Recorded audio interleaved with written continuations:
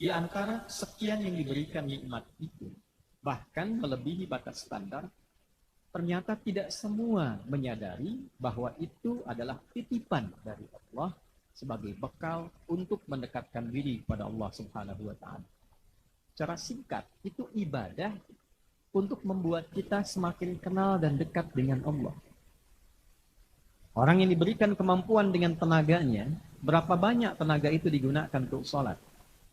Berapa banyak lisan kita dipakai untuk berzikir, untuk membaca Al-Quran, untuk memohon kepada Allah. Yang diberikan limpahan harta benda, berapa banyak harta itu digunakan untuk berinfak? Sudahkah dikeluarkan zakatnya? Sudahkah mendekati Allah dengan ibadah-ibadah menggunakan harta? Jangan-jangan sebaliknya, yang hartanya bahkan disebut dengan standar atau di bawah standar menurut pandangan orang, justru ia mampu kenal dengan Allah dan mendekat kepada Allah begitu luar biasa. Dia tahajud bisa ia kerjakan, puasa ia lakukan, bahkan infak pun masih sempat. Dia menanam asanya, berusaha untuk menabung, untuk bisa menunaikan ibadah haji. Ada orang yang begitu melimpah hartanya, bahkan orang mengenal dan menyebutnya misalnya dengan orang-orang yang begitu kaya. Istilah sekarang disebut dengan treasuries. Apakah itu sudah menjadikan ia kenal dengan Allah? Jangan-jangan dengan Allah pun belum kenal. Jangan-jangan harta yang banyak melimpah itu bahkan untuk sekedar mengunjungi tanah suci pun belum mampu dilakukan. Ia bisa pergi ke Eropa, bisa jalan-jalan ke Amerika, bisa kemana pun. Tapi untuk bisa melihat Ka'bah secara langsung tidak punya kemampuan. Kedudukan yang begitu tinggi, sudahkah dengan itu mengenal Allah? Sudahkah dengan jabatannya bisa mengajak orang kenal Allah? Membuat kebijakan orang untuk bisa mendekat kepada Allah. Demikian yang punya ilmu yang begitu luas. Atau jangan-jangan ilmunya tinggi, begitu luas, bahkan disebut manusia pintar di bumi, tapi dia tidak kenal Allah. Bahkan bisa mengatakan Tuhan tidak ada, Tuhan telah mati. Ini menunjukkan ada yang salah dalam cara berpikirnya, ada yang salah dalam menggunakan nikmat yang bahkan telah Allah titipkan kepadanya. Alih-alih saat ia berkata Tuhan yang mati, ia yang wafat. Ia yang mati dan Tuhan tetap eksis. Maka inilah penting kita mengevaluasi sampai Jumat kali ini, apa yang Allah titipkan kepada kita. Ilmu kah? Harta kah? Kedudukan kah? Tenaga kah? Dengan semua yang telah Allah titipkan kepada kita sampai Jumat ini, di tanggal 17 Syawal, di tahun 1445 Hijrah ini, tanyakan pada diri kita, 26 April 2024 Masehi, sudah berapa jauh kita kenal dengan Allah dengan semua titipan yang Allah berikan kepada kita. Jangan sampai termasuk pada golongan yang disebutkan dalam Al-Quran. Surah ke-7 misalnya, di ayat 182. وَالَّذِينَ كَذَّبُوا بِآيَاتِنَا سَنَسْتَدْرِجُهُمْ مِنْ حَيْثُ لَا يَعْلَمُونَ. Orang-orang yang telah kami limpahkan nikmat begitu banyak kepada mereka. Nikmat harta, nikmat kedudukan, nikmat ilmu, nikmat tenaga. Tapi belum kenal Allah, Allah ingatkan. Ada ceramah mengingatkan, sekarang buka YouTube, keluar ceramah. Buka media, keluar tausiah. Kadang-kadang nggak sengaja, diklik di beranda muncul tausiah. Tapi tidak tertarik. Dengar adzan, belum mau ke masjid. Diingatkan secara langsung, ternyata hadir dalam halal lebih halal. Yang ceramah, yang tausiahnya ustaz. Begitu mengena, tapi abai dengan itu. Yang bikin saya kaya bukan Tuhan, ini usaha kaya. Ini kemampuan saya. Yang bikin saya punya kedudukan, ini kekuatan saya. Allah, innal insana la yatgha ar-ra'ahu istaghna. Jangan sampai terjadi, kata Allah. Sebagian orang kadang melampaui batas karena merasa saya hebat. Merasa saya sudah melebihi batas kemampuan. Sanastadrijuhum min haitsu la ya'lamun. Kalau diingatkan sudah abai. Diberitahu tidak menerima. Diarahkan menolak. Bahkan merasa hebat. Bahkan pada ujungnya seakan-akan tidak butuh dengan Tuhan. Kata Allah, saya biarkan ia dengan kelalaian yang ia inginkan. Bukan Allah tidak memberi hidayah, diberikan hidayah. Dia dengar azan dengan telinganya. Dia menatap ada orang bahkan ke masjid. Dia membuka media sosial keluar ke usia karena dia tidak mau.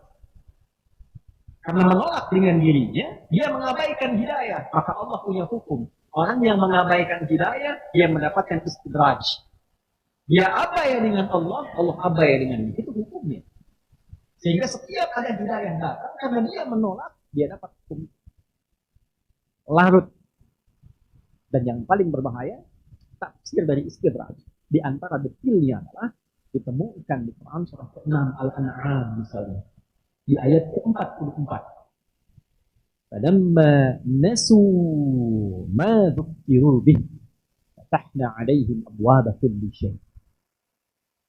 Tatkala mereka yang diingatkan itu mulai mengabaikan, lupa ma dzukkiru bih, ya, mulai abai dengan apa yang diingatkan. Ada teman ngasih pandangan ditolak. Yang benar saya. Ya. Ada ustaz ngasih tausiah diabaikan.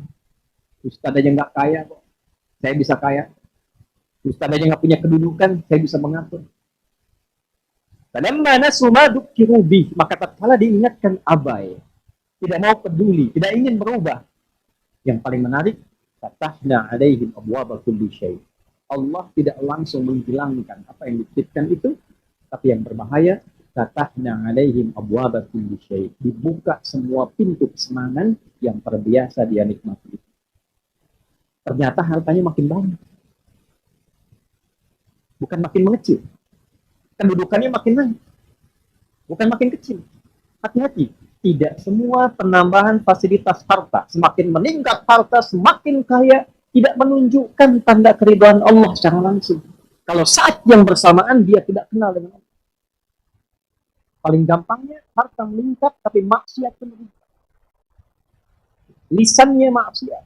Minumannya minuman haram, pakaiannya haram. Ya, hati-hati. Makin kaya, makin maksiat, bahaya. Dulu belum kaya, itu perempuannya masih berjilbab. Setelah kaya, lepas jilbab. Bahaya.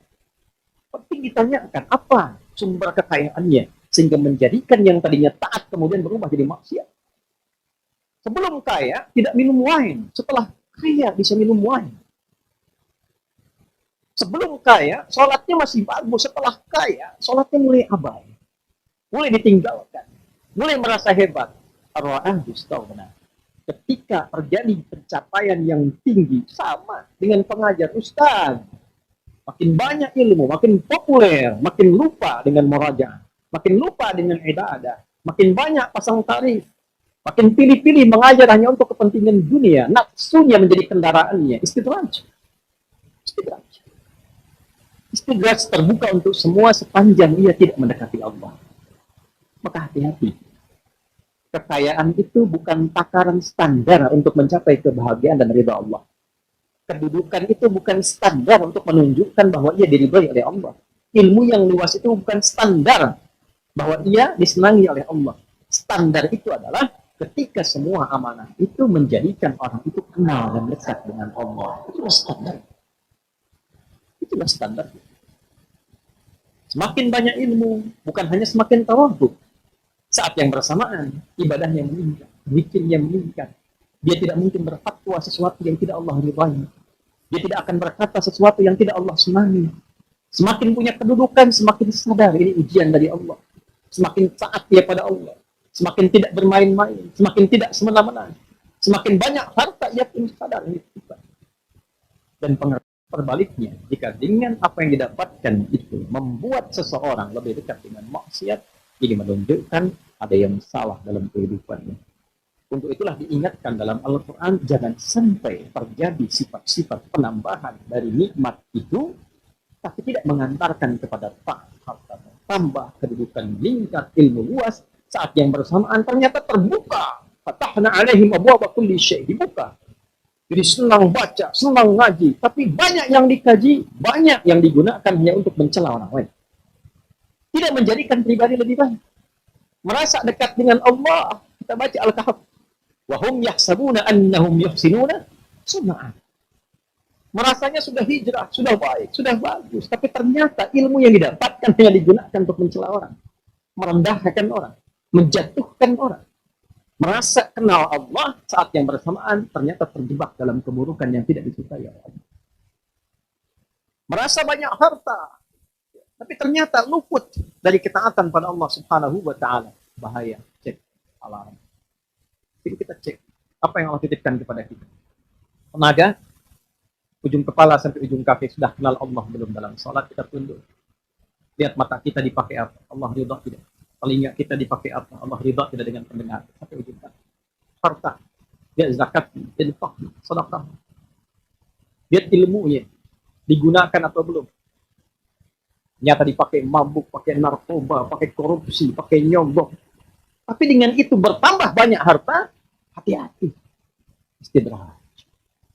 Segera sadar, segera taubat. Orang-orang yang paling dekat di sekitarnya doa, minta kepada Allah melembutkan hati. Karena biasanya kalau orang sudah istidraj, itu pribadinya belum punya kemampuan dan sulit, tidak mudah untuk kembali. Kalau sudah terakumulasi, banyak haramnya, ujung kepala sampai ujung kaki, itu haram semua masuk. Tidak mudah dapat hidayah. Tidak mudah.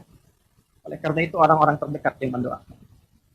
Kita rutin mendoakan diri kita, keluarga kita, tetangga kita, kerabat, bangsa, negara. Karena kita menginginkan semua berubah jadi orang baik. Jangan sampai kita berpandangan cukup saya yang baik, yang lain tidak. Surga terlalu luas bila hanya diharapkan untuk kita pribadi. Kita berharap semua hamba Allah kembali menjadi baik. Kenal Allah, taat, semua dekat dan mendapatkan kenikmatan yang tiada batas saat kembali kepada Allah Subhanahu wa taala. Semoga Jumat ini penuh berkah. Semoga kita diridhai oleh Allah Subhanahu wa taala, dibebaskan dari sifat istidraj, dan negeri kita Indonesia yang kita cintai ini dimakmurkan, dibimbing oleh Allah, dan dibebaskan dari berbagai perbuatan yang tidak diridhoinya, yang dengan itu menjadikan semakin terjauh hamba dari rahmat Allah Subhanahu wa taala. Barakallahu li wa lakum fil Qur'anil 'azim wa nafa'ani wa iyyakum lima fihi minal ayati wa dzikril hakim. Taqabbal minni wa minkum tilawatahu innahu huwas sami'ul 'alim. Ud'u Allah yastajib lana wa lakum jami'an.